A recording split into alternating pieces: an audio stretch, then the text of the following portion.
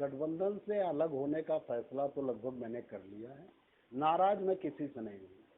गठबंधन से मैं इसलिए अलग होना चाहता हूँ क्योंकि समाजवादी पार्टी गठबंधन में मुझे लगता है कि मुझे कहीं जगह नहीं है। समाजवादी पार्टी गठबंधन में मेरे लिए कोई जगह नहीं है। जब से मैं गठबंधन में आया मैंने दिल से समाजवादी पार्टी की सरकार बनाना चाहा, लेकिन समाजवादी पार्टी की तरफ से मुझे कभी भी तवज्जो नहीं मिला। जिस प्रकार और लोगों को तवज्जो दिया गया उस प्रकार का तवज्जो मुझे नहीं मिला। जबकि शाक्य सैनिक कुशवाहा मौर्य समाज में महान दल एक बड़ा दल था। ये ठीक है कि महान दल कमजोर संगठन है, आर्थिक रूप से मैं कमजोर हूँ, लेकिन वोट मेरे पास था, लेकिन तवज्जो मुझे नहीं मिला। तवज्जो और किसी को दिया गया, मेरा विकल्प बनाया गया।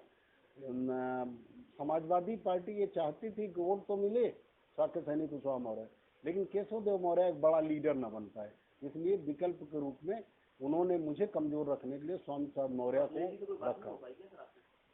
25 दिन से मैं समय मांग रहा हूँ, मुझे कोई समय नहीं दिया गया। मैंने एमएलसी सीट भी मांगी थी और गठबंधन करते समय मैंने कहा मैं बिना शर्त के गठबंधन कर रहा हूँ, मैं सरकार बनने के बाद मांगूंगा। ठीक है, सरकार नहीं बनी, लेकिन जो आप दे सकते हैं, जब और लोगों को आप दे रहे हैं तो मुझे क्यों नहीं दे सकते? जबकि मैं चुनाव में सबसे कम बोला, मैंने आपका कहीं विरोध नहीं किया, मैंने कोई सवाल नहीं खड़ा किए, मेरे मनपसंद सीटें नहीं दी गई, मैं खराब सीटों पे चुनाव लड़ा, मेरे पास पैसा नहीं था, उसके पैसे का अभाव में चुनाव हार गया।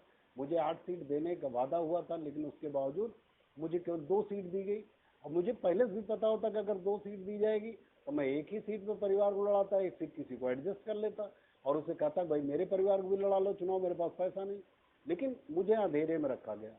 और अभी मैं 6 अप्रैल को गया था मिलने अखिलेश यादव जी से, तो उनसे लोकसभा की सीट की बात हुई तो मैंने कहा मैं लड़ूंगा एटा, तो उन्होंने कहा एटा मैं नहीं लड़ा सकता। तो मैंने कहा ठीक है, फर्रुखाबाद लड़ा दीजिए, तो फर्रुखाबाद उन्होंने कंसिडर कर लिया।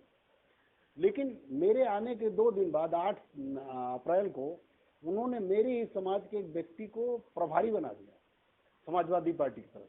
पूरे उत्तर प्रदेश में किसी भी जिले में समाजवादी पार्टी ने प्रभारी नहीं बनाया। जिन 2 जिलों में उपचुनाव हो रहा, आजमगढ़ और रामपुर में, वहां भी किसी को प्रभारी नहीं बनाया। चुनाव लड़ने जाएं तो एक विवाद वहां खड़ा रहे, जो जिसको हम प्रभारी बना रहे हैं वो लड़ने के लिए तैयार रहेगा, तो जब ये लड़ने जाएंगे तो वो एक विरोध में खड़ा हो जाएगा और चुनाव केशव देव मौर्य नहीं जीत पाएंगे। और यही बिलसी में भी किया गया। बिलसी में इसी तरह हमारे समाज की एक महिला को चुनाव लड़ने का आश्वासन अंत तक दिया गया, उससे पैसे खर्च कराए गए और टिकट हमें दे दिया गया। मैंने कहा जब उससे टिकट आपने उससे तैयारी कराई तो उसे टिकट दे दीजिए उस महिला को, लेकिन मुझे टिकट देकर एक विवाद खड़ा किया गया और वो दूसरी पार्टी से वो चुनाव लड़ी और अंत में समाज टुकड़ों में बटा और मैं चुनाव हार गया। तो कुल मिलाकर समाजवादी पार्टी ने कभी भी महान दल का और मुझे सम्मान नहीं दिया। तो मुझे लगता है कि समाजवादी पार्टी में मेरी जरूरत नहीं है, वहाँ स्वामी प्रसाद मौर्य जैसे लोगों की जरूरत है, जो सवाल न पूछ सकें, जो आवाज न उठा सकें, जो समाज के साथ अन्याय होने पर एक शब्द न बोल सकें, ऐसे लोगों की जरूरत है। तो सभी लोगों को अगर कठपुतली की जरूरत है तो अपना चुनाव अपने हिसाब से पार्टी चलाएं।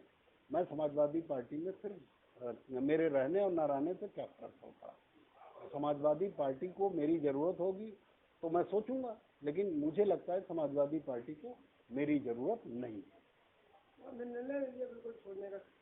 अब निर्णय ही है, जब वो मुझे तवज्जो ही नहीं मिल रहा है, ना मेरी कोई समाजवादी पार्टी को मेरी कोई जरूरत ही नहीं समझ में आ रही है, तो मैं अकेले ताली कब तक बजाऊंगा।